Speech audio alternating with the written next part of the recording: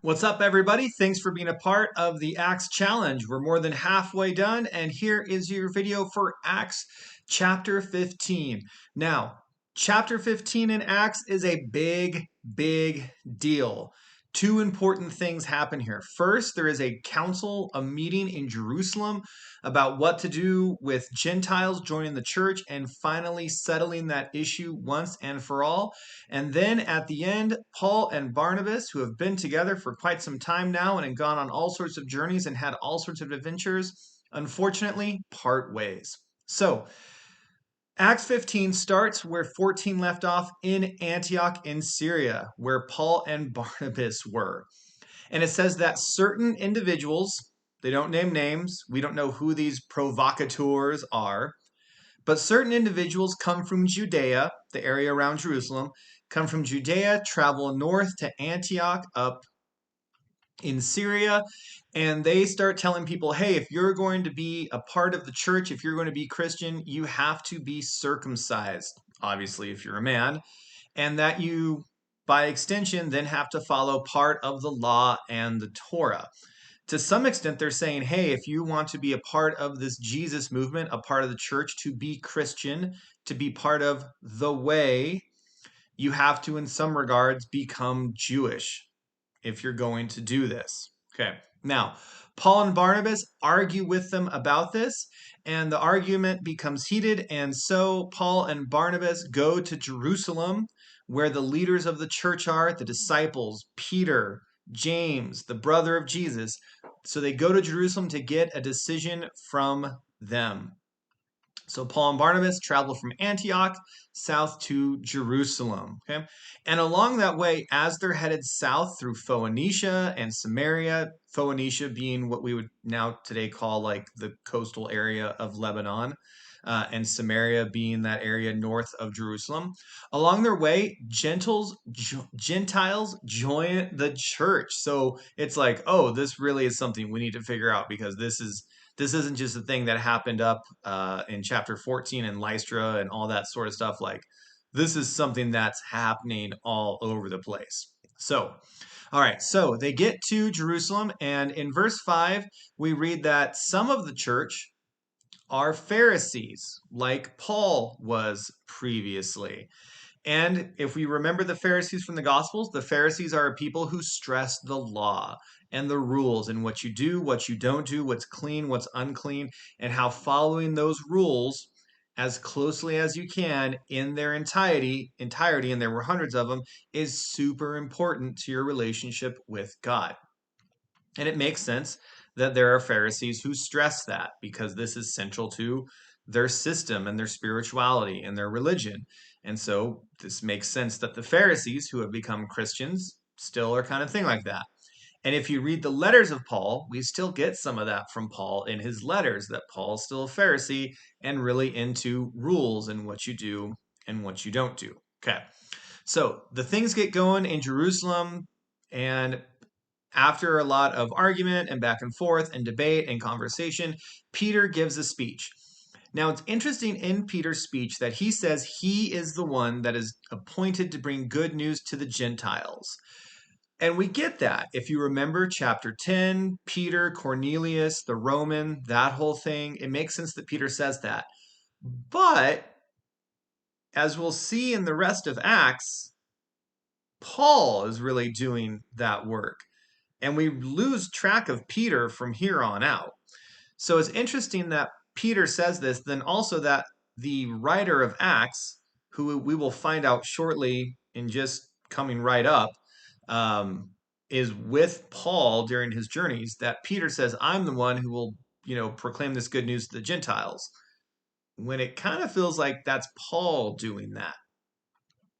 This is an example of sometimes we think things are the way they are, and maybe they're not that way. Or we think, hey, because this is the way things are now, this is the way they're supposed to be or will continue being.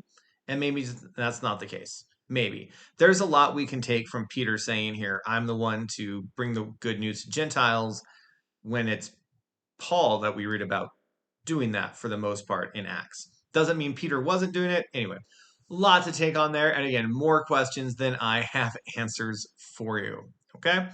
And Peter also says in there that, hey, like, the law is so hard to follow. We can't do it, and neither could our ancestors. So why would we place that extra burden on people? And Paul then also gives the same message that we heard him give in chapter 10 with Cornelius, and then chapter 11, retelling the story of Cornelius. And the point in here is that Peter has realized that God makes no distinction. This new thing that's happening with the church and Jesus and the Holy Spirit is for everybody, that God is not making a distinction among persons here. After that, James, the brother of Jesus, so this is not James, brother of John, son of Zebedee, from the Gospels. That James was killed by Herod, one of the Herods, if you remember. So this is a different James. We believe this is James, the brother of Jesus. And we've talked about brother of Jesus before and Jesus having siblings and all that. So we're not going to get into that here. But this James gives a speech as well. And in this speech, he quotes from Amos chapter 9, verses 11 through 12. And in here, James says he makes a decision.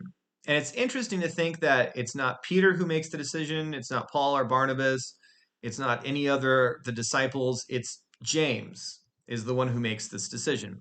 And you can imagine there might have been politics and things involved around that, but none of that really matters. It seems like James reaches the consensus that Peter and Paul and Barnabas and assumedly the other church leaders have been advocating for. And James says, Gentiles are in. And if this is what God is doing, we're going to get on board with it. And then a good chunk of the rest of chapter 15 is about deciding then what are the Gentiles supposed to do? Or more so, what are they not supposed to do?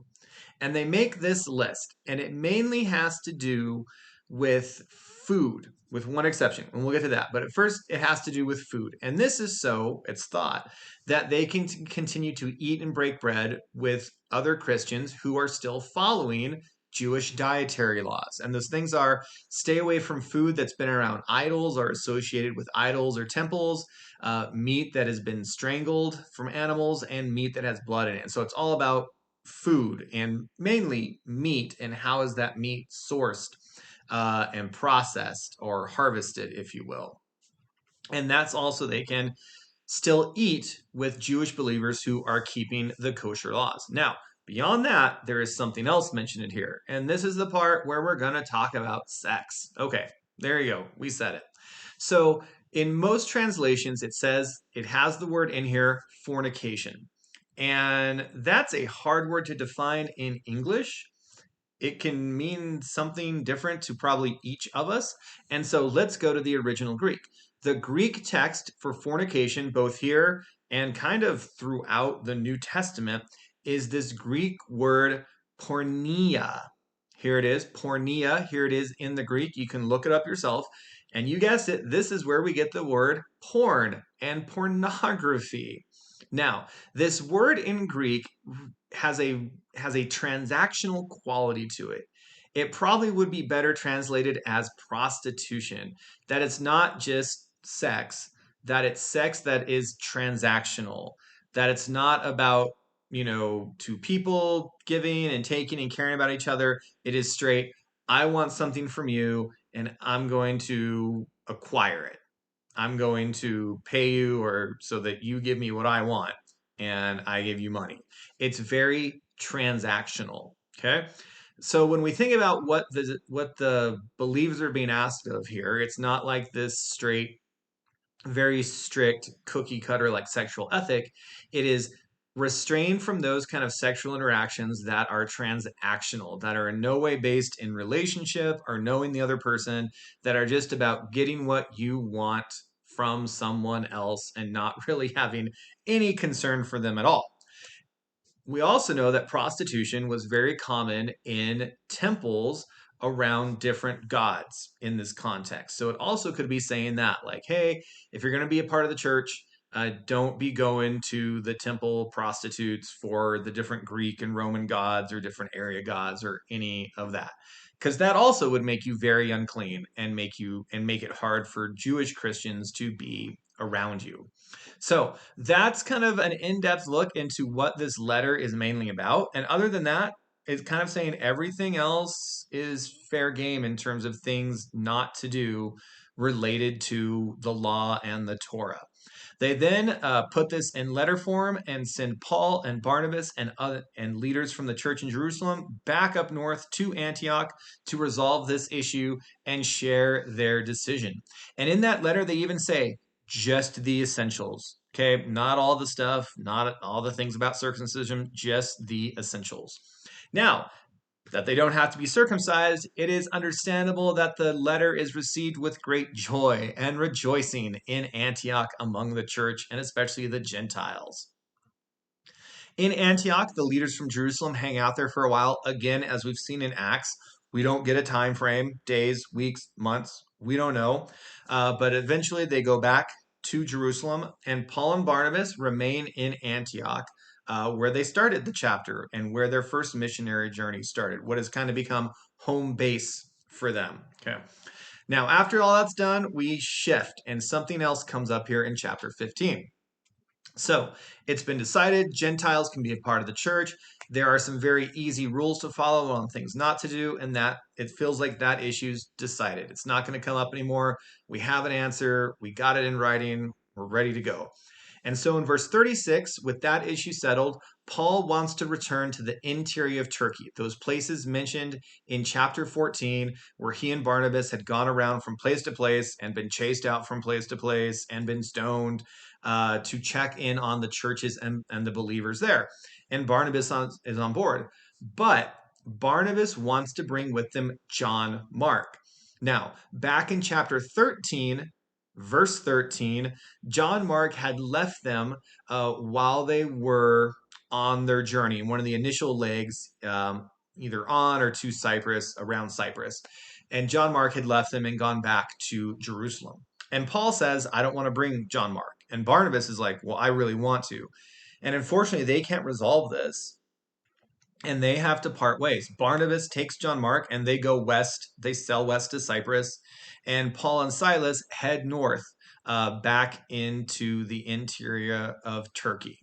Now, I told you a few chapters back when Paul was introduced to the church to pay attention to Barnabas, that it is Barnabas who was Paul, then known as Saul, his first ally in the church. That after persecuting the church, getting people arrested, it was Barnabas who was Paul's advocate, who got him in the church, who got him that audience with the leaders in Jerusalem, who vouched for him, who was with him, and all that. So you can imagine the bond that these two have, and this with this agreement, it's ripped. Their relationship has been changed, and they go their separate ways. And I'm not saying that's good or bad, not saying any values to it, just saying it's happened, and it's kind of sad. Like Paul and Barnabas could have been this, have been up in this point, this really cool duo doing all these things. I like to imagine from what happened in chapter 14 that Zeus and Hermes, there's this duo working together. And now they're not because they had a disagreement and couldn't figure it out. So that happens in life. It's sad, but that's life and that happens. And both Paul and Barnabas keep chugging along. So big stuff here in chapter 15. Paul and Barnabas part ways. For the rest of Acts, we're going to be following Paul along. Spoiler alert, there's something coming up in 16 I'm going to draw your attention to, but that's for tomorrow's video. And a huge thing got decided in Jerusalem about who gets to be in the church and what you have to do to be a part of this thing centered around Jesus and the work of the Holy Spirit. Thanks for watching. Tune in for Acts chapter 16 coming up next.